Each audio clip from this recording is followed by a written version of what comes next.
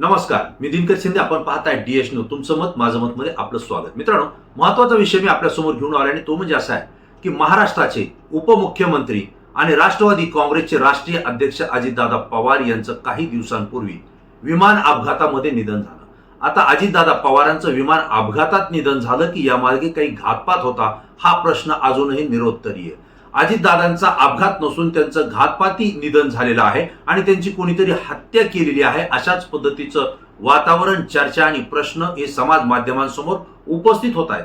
विशेष म्हणजे अजितदादा पवार यांच्या गटाच्या अनेक नेत्यांनी याबाबत आवाज उठवणं गरजेचं होतं. अजित पवारांच्या विमान अपघातामध्ये अनेक संशयास्पद गोष्टी घडलेल्या आहेत.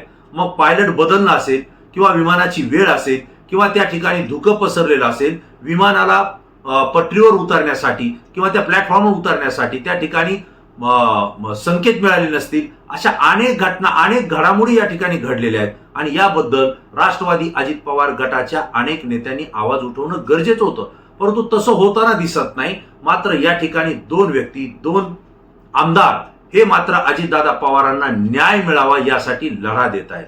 त्यांचं भविष्य या लढ्यानंतर काय असेल काय नसेल याचा ते विचारही करत नाहीयेत. या ज्या घटना घडतायत या सत्ताधाऱ्यांच्या विरोधात घडतायत, हेही तितकंच मत. आज महायुतीचं सरकार आहे. महायुतीचं सरकार हे ताकदीचं आहे, कारण संख्या जेवढी सत्तेसाठी पाहिजे त्याच्याही पेक्षा कित्येक पटीनं जास्त आमदार आज सत्ताधाऱ्यांकडे आहेत. 3 पक्षाचं सरकार, ज्यामध्ये भाजप आहे, शिवसेना आहे आणि राष्ट्रवादी काँग्रेस अजित पवार गटही आहे. अशा वेळेला या सत्तेला सुरुंग लावणं किंवा या सत्तेच्या विरोधात बोलणं किती घातक ठरू शकतं, त्याच्यावर काय परिणाम होऊ शकतो, कुठली कारवाई त्या व्यक्तीवर होऊ शकते, याचा अंदाज महाराष्ट्रातल्या जनतेला आहे. तसाच तो विरोधकांच्या आमदार आणि नेत्यांना सुद्धा आहे. असं असताना सुद्धा ज्यांनी सरकारच्या विरोधात आवाज उठवला त्याच्या विरोधात अनेक तक्रारी झाल्या, अनेक कारवाया सुद्धा झाल्या, हे सुद्धा पुराव्यानिशी आपल्याला माहिती आहे. असं असताना तरीही 2 आमदार जे अजित पवारांना न्याय देण्यासाठी झगडत आहेत, मग ती विधान परिषद असेल, विधानसभा असेल किंवा सोशल मीडिया असेल किंवा समाज माध्यम असेल, यामध्ये एक आहेत सत्ताधारी आणि अजितदादा पवार यांच्याच राष्ट्रवादीचे आमदार अमोल मेटकरी. दुसरे आहेत विरोधी बाकावर बसलेले आणि अजित पवार यांचे पुतणे असलेले राष्ट्रवादी काँग्रेस शरद पवार गटाचे आमदार रोहित पवार. हे दोघंही खिंड लढवत आहेत, बाजू लढवत आहेत आणि अजितदादांचा घात हा झालेला आहे. तो अपघात नाही तर यामध्ये काहीतरी राजकारण आहे, काहीतरी मोठी शक्ती आहे, कुठली तरी मोठी व्यक्ती आहे, अशा पद्धतीचे अनेक पुरावे घेऊन समाज माध्यमांच्या समोर येत आहेत. मित्रांनो, अजितदादा पवार यांना न्याय मिळाला पाहिजे ही महाराष्ट्राची भूमिका आहे. कारण संपूर्ण महाराष्ट्राच्या कानाकोपऱ्यापर्यंत प्रत्येक व्यक्ती ज्या नेतृत्वाला ओळखत होता त्यापैकी एक नेतृत्व होतं अजितदादा पवार. ज्या अजित पवारांनी विकासाचं राजकारण केलं, कधी धर्माला, कधी जातीला आपल्या जवळ येऊ दिलं नाही. जो काम घेऊन येईल त्याचं काम करायचं आणि सगळ्यात अगोदर जो समाज बांधव माझ्याकडे येईल त्याचं काम करायचं, या भूमिकेतनं अजित पवारांनी काम केलं. अनेक जिल्हा असेल, अनेक विभाग असेल, अनेक विकासाच्या योजना असतील, त्या अजितदादा पवारांनी त्या ठिकाणी राबवल्या. प्रत्येक व्यक्तीचा विचार करणारे अजितदादा पवार अनेक धडाडीने निर्णय घेत होते. अनेक वेळा उपमुख्यमंत्री राहिले. त्यांच्या उपमुख्यमंत्री पदाचा एक रेकॉर्ड आहे. त्यासोबत अर्थमंत्री म्हणून सुद्धा राज्याच्या अर्थ खात्याचा कारभार त्यांनी या ठिकाणी सकारात्मक आणि यशस्वीपणे त्या ठिकाणी निभावलाय. कदाचित काही निर्णय त्यांचे चुकीचे असूही शकतात, ते कुणाला वाटूही शकतात, परंतु त्या व्यक्तीचं विमान अपघातामध्ये निधन होत आहे आणि तो अपघात नसून तो घातपात आहे, याचे अनेक पुरावे हे 2 नेते, 2 आमदार अमोल मेटकरी आणि रोहित पवार हे समाज माध्यमांसमोर आणतायत. तरी सुद्धा यावर कुठलाही निर्णय होत नाही. याविषयी सरकारकडून कुठलंही सकारात्मक उत्तर दिल्या जात नाही. साधक उत्तर त्या ठिकाणी मिळत नसल्या कारणानं हे दोन्ही नेते बेचैन आहेत. मला आपल्याला सांगावं लागेल, रोहित पवार तसं जर पाहिलं तर शरदचंद्र पवार यांच्या आणि अजितदादा पवार यांच्या तालमीत वाढलेले, शरद पवार यांच्या विचारानं ते काम करतात. तसं जर पाहिलं तर रोहित पवार हे पहिल्यांदा विधानसभेत गेले, दुसऱ्यांदाही विधानसभेत गेले. या दोन्ही वेळचा काळ जर पाहिला तर त्यांनी आजपर्यंत विधान भवनामध्ये जे जे प्रश्न उपस्थित केले, हे तरुणांच्या हाताला रोजगार मिळाला पाहिजे, नोकरी मिळाली पाहिजे, शिक्षणाची संधी मिळाली पाहिजे, शेतकऱ्यांच्या मालाला भाव मिळाला पाहिजे, विकासाची कामं ही त्या ठिकाणी उत्कृष्ट आणि दर्जेदार झाली पाहिजे, अशा एक ना अनेक प्रश्न त्यांनी उपस्थित करून सरकारला धारेवर धरण्याचं काम हे आमदार रोहित पवारांनी केलेलं आहे. आजपर्यंत रोहित पवार ज्या ज्या वेळेस बोलले ते अत्यंत संयमानं बोलले, अभ्यासपूर्ण बोलले, कोणतीही टीका जरी करायची असली तर ती व्यक्तिगत टीका त्यांनी केली नाही, त्या विषयाला धरून त्यांनी टीका केली. निर्णय कसा चुकलाय याबद्दल ते सातत्यानं बोलले. आजही त्यांचं राहणीमान जर पाहिलं तर अत्यंत साधं राहणीमान आहे. एवढ्या मोठ्या शरदचंद्र पवार यांच्या घराण्यातून येणारा एक तरुण, रोहित पवार हे तरुण आहे. त्यांचे केस पांढरे झालेले परंतु तरी सुद्धा हेअर डाय न लावणारे रोहित पवार हे साधे कपडे वापरतायत, जॉकेट वापरतायत, तरुणांमध्ये मिसळतायत, सामान्य लोकांमध्ये उठबस करतायत, शेतकऱ्यांच्या मैदानामध्ये जाऊन त्या ठिकाणी त्यांच्याशी चर्चा करतायत आणि प्रत्येक प्रश्न समजून घेतायत. पाणी प्रश्न समजून घेतायत, लाईट प्रश्न समजून घेतायत. प्रत्येक ठिकाणी समाजाला काय अपेक्षित आहे आणि आपण विधान भवनातून सरकारच्या माध्यमातून काय त्यांना मिळवून दिलं पाहिजे याच भूमिकेतनं ते काम करतायत. म्हणूनच ते लोकांचे प्रिय नेते आहेत. ही सगळी घटना जरी आपण पाहिली तर रोहित पवारांनी कधीही व्यक्तिगत टीका कोणावर केली नाही आणि पातळी सोडून तर ते कोणावर बोललेही नाही. अनेक वेळा त्यांच्यावरती अनेकांनी टीका केली, एकेरी शब्दात बोलले, अपमानास्पद टीका केली, कदाचित स्तर सोडून सुद्धा टीका केली. पण रोहित पवारांनी जे उत्तर दिलं ते संयमानं दिलं आणि शरद पवार यांचे आपण नातू आहोत, अजित पवारांचे पुतणे आहोत हे त्यांनी आपल्या कृतीतून बार बार दाखवून दिलंय. दुसरा भाग आहे अमोल मिटकरी. अमोल मिटकरी हे सुद्धा एकत्रित असलेल्या राष्ट्रवादी काँग्रेसमध्ये शरद पवार यांच्या सोबत राहून त्यांच्या सानिध्यातून तयार झालेलं नेतृत्व आहे. अजित पवारांच्या नेतृत्वाखाली ते विधानसभेमध्ये पोहोचले. अजित पवारांनी त्यांना संधी दिली. विशेष म्हणजे एवढंच काही ओळख अमोल मिटकरी यांची नाहीये. अमोल मिटकरी हे अभ्यासू आहे, सामाजिक प्रश्नांची जाण असलेले आहेत. महाराष्ट्रामध्ये आपल्या वक्तृत्वानं एक फळी, एक चाहता वर्ग त्यांनी राज्यामध्ये उभा केलेला आहे. आजही ते अनेक प्रश्नावर ज्यावेळेस बोलतात त्यावेळेस ते अत्यंत अभ्यासूपणे बोलतात. ही अमोल मिटकरींची ओळख आहे. आज हे दोन्हीही, एक अजित पवार यांच्या राष्ट्रवादीचे अमोल मिटकरी आणि शरदचंद्र पवार यांच्या राष्ट्रवादीचे रोहित पवार, हे दोघंही अजित पवारांना न्याय देण्यासाठी सातत्यानं झगडत आहेत. रोहित पवार हे महाराष्ट्रातल्या सगळ्या नेत्यांची भेट घेत आहेत. मग उद्धव ठाकरे असतील, राज ठाकरे असतील, काँग्रेसचे नेते असतील, याही पुढे जाऊन त्यांनी महाराष्ट्र ओलांडून दिल्ली गाठली. दिल्लीमध्ये सुद्धा राहुल गांधींची भेट घेतली, त्या ठिकाणी अरविंद केजरीवालांची भेट घेतली. अनेक राजकीय पक्षांची भेट घेऊन अजित पवारांचं या ठिकाणी घातपात कसा झालाय हे पटवून देत त्यांनी माध्यमांच्या समोर येऊन पत्रकार परिषद घेऊन त्याही ठिकाणी पुराव्यानिशी अनेक मुद्दे उपस्थित केलेले. आज हे दोन्ही नेते अजित पवारांना न्याय देण्यासाठी लढतायत. खऱ्या अर्थाने हे दोन धुरंधर आहेत, दोन्ही जाणते नेते आहेत आणि आजच्या युवा पिढीला आपले वाटणारे हे दोन्ही युवा नेते आहेत. याबद्दल आपल्यालाही त्या ठिकाणी जाण असलीच पाहिजे. कारण या दोघांनी असे काही प्रश्न उपस्थित केले की यामध्ये सरकारला सुद्धा त्यांनी घाम फोडलेला आहे. महाराष्ट्र सरकारमधल्या अनेक मातब्बर नेत्यांना त्यांच्या प्रश्नाची अजूनही उत्तर देता आलेली नाही. एवढंच काय, केंद्र सरकारपर्यंत सुद्धा त्यांनी अनेक प्रश्न उपस्थित केले, त्याचंही उत्तर त्यांना मिळत नाही. राज्य सरकारनं अजित पवारांच्या विमान अपघाताची तक्रार दाखल करून घ्यायला सुद्धा या ठिकाणी त्यांना साथ दिलेली नाही. कोणत्याही पोलीस स्टेशनमध्ये रोहित पवार किंवा त्यांच्या कुटुंबानं अजित पवारांच्या विमान अपघाताविषयी तक्रार देण्याचा प्रयत्न केला, त्यांची एफआयआर सुद्धा नोंदवून घेतली नाही. याच रोहित पवारांनी कर्नाटक सरकारमध्ये जाऊन, कर्नाटक राज्यामध्ये जाऊन त्या ठिकाणी 0 तक्रार दाखल केली आणि आता ती तक्रार महाराष्ट्रामध्ये आलेली आहे. विशेष म्हणजे या दोन्ही धुरंधर नेत्यांनी सरकारला घाम फोडलाय हे मात्र नक्की आहे. यासोबतच मला आपल्याला अजून एक सांगितलं पाहिजे, ज्यावेळेस अमोल मिटकरी बोलतायत त्यावेळेस ते आपल्या पक्षातल्या नेत्यांना सुद्धा टार्गेट करतायत.